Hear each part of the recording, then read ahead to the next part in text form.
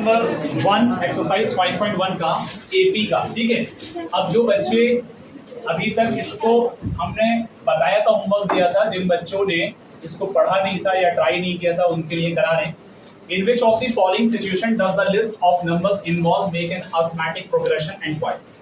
अब इसके अंदर हमें ये देखना है कि कहां पर अरिथमेटिक प्रोग्रेशन बन रहा है, कहां पर नहीं बन रहा है। बहुत सिंपल सी बात है कि स्टेटमेंट को पढ़ करके हमें जज करना है और उसका सीक्वेंस क्या बताया मैंने कि कॉमन डिफरेंस जिनका सबका सेम आएगा तो वो अरिथमेटिक प्रोग्रेशन होगा, अदरवाइज नहीं होगा।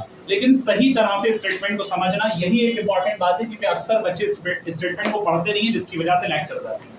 इसका जो फर्स्ट पॉइंट है इसके अंदर कहा गया है कि the taxi fare after each kilometre when the fair is ₹50 for the first kilometre and ₹80 for each additional kilometre. कुल मिलाकर के इसमें कहा गया है कि टैक्सी फेयर ₹15 का है। पहला स्टेटमेंट क्या कहा गया है? अच्छा, जो बच्चे, मैं एक मिनट रुक करके जरा पूछूंगा, जो बच्चे कर चुके हैं वो जरा बताएं कि पहला स्टेटमेंट क्या है। फातिमा और एमन, क्या ये एपी बन रहा है या नहीं बन रहा है? चलो देखते हैं। जैसे कि यहाँ पर बच्चों ने कर लिया है और चेक करते हैं। फेयर अगर ₹15 का है पहला, तो उसके बाद 8-8 किलोमीटर के हिसाब से जोड़ रहे हैं, तो 15 में 8 जोड़ेंगे भाई 23 आएगा, 23 में 8 जोड़ेंगे 31 आएगा, 31 में 8 जोड़ेंगे 39 आएगा, 39 में 8 जोड़ेंगे ऐसे 43 आएगा एंड सो ऑन।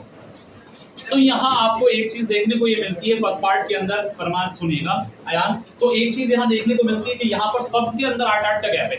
अगर मैं ये भाई क्या है A1 है, ये क्या है A2 है, ये क्या है A3 है, ये क्या है A4 है और ये क्या है A5 है। अब आपको A2 में से A1 को घटाना है, यानी 23 में से अगर आप 15 घटाते हैं तब 8 मिलता है और 31 में से 15 घटाते हैं तब 8 मिलता है। तो आप देख रहे हैं कि इसका कॉमन डिफरेंस जो है वो 8 आ रहा है। तो इसका मतलब यहाँ पर आपका आंसर होगा 23 कहाँ पर?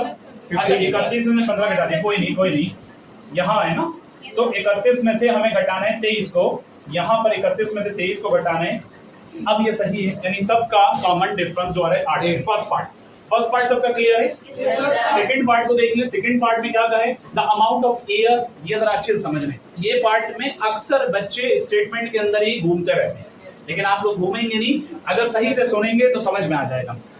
द अमाउंट ऑफ एयर, बात नहीं करो। The amount of air present in a cylinder when a vacuum pump removes 1/4 of the air remaining in the cylinder at the time.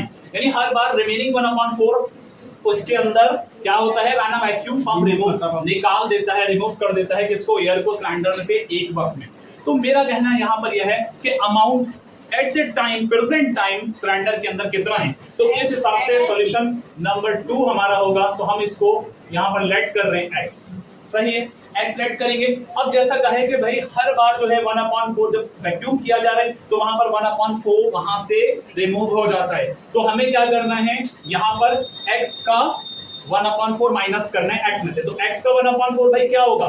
Direct x का 1/4 क्या आएगा? x/4, यही आएगा ना। तो अब हमें क्या करना चाहिए?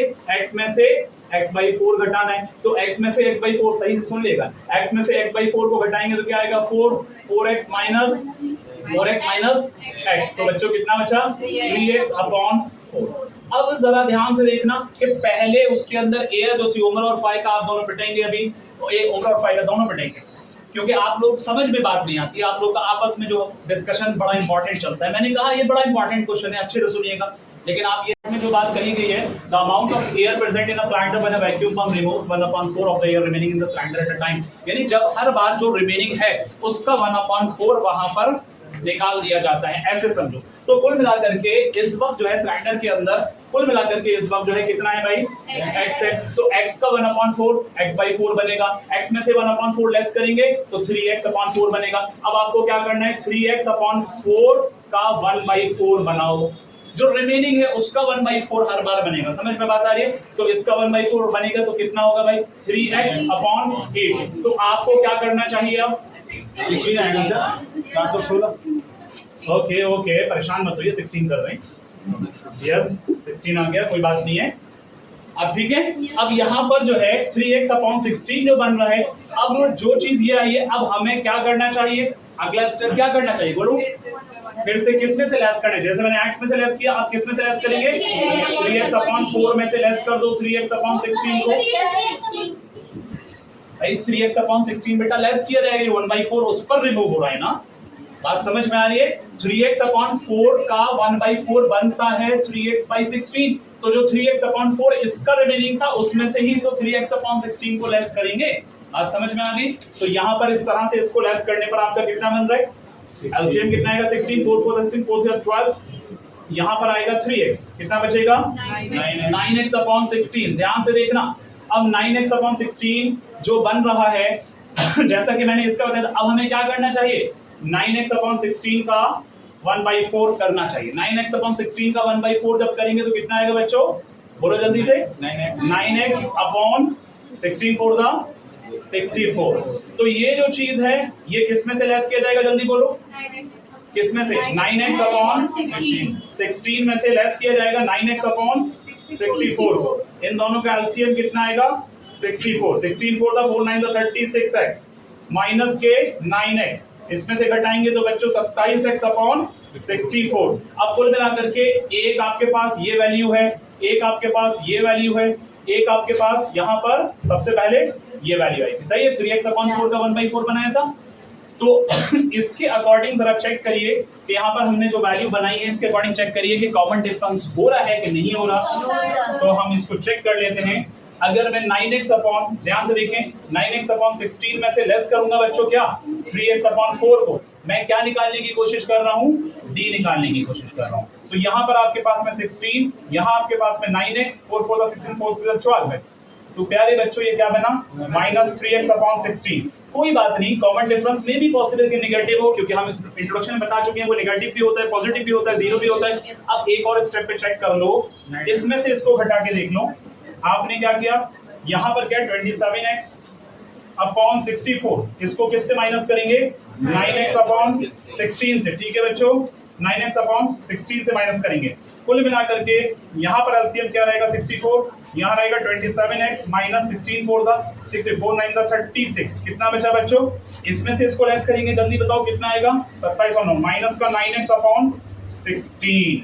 अब जरा देखो क्या ये डी दोनों का सेम है, नहीं है, तो इसका आंसर क्या आएगा प्यारे बच्चों, इसका आंसर आएगा नो। क्या आएगा इसका आंसर,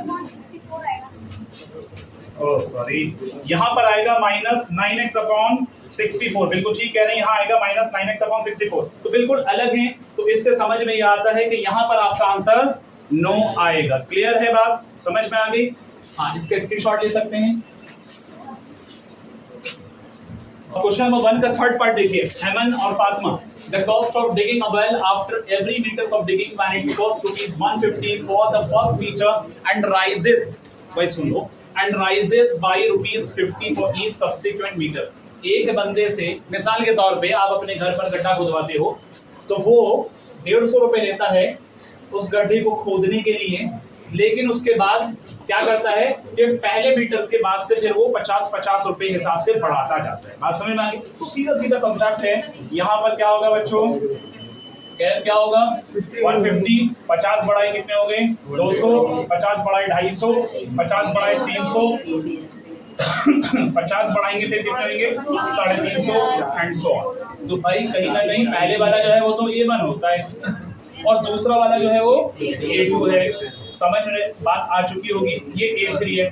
तो अब आपको क्या करना है सिया, यहाँ पर यस D निकालने के लिए A2 माइनस A1, तो 200 माइनस 150, 200 माइनस 150 करेंगे तो कितना आएगा 50। आपसे कहें amount of money in the account every year, यहाँ पर 10,000 रुपए हर साल के हिसाब से अमाउंट डिपॉजिट किया जा रहा है। Saif and Yasir cash is deposited at compound interest पे 8% पर एनम। तो आप सबसे पहले एक फार्मूला लगाएंगे, amount is equal to P, principal आपके पास में कितना है बच्चों 10,000, 1 प्लस आर कितना है 8/100, और हर साल के लिए कह रहे हैं तो इसकी एन जो है वो 1 ही हो जाएगा, मतलब हर साल के लिए कहा जा रहा है। तो 24 और 250, फिर उसके बाद कितना होगा 22 एंड 225, और फर्दर करेंगे तो ये 10,000, ठीक है बच्चों 10,000, और यहाँ क्या आएगा 25, यहाँ क्या आएगा 25 प्लस 2, तो इस तरह से आपके पास 10,000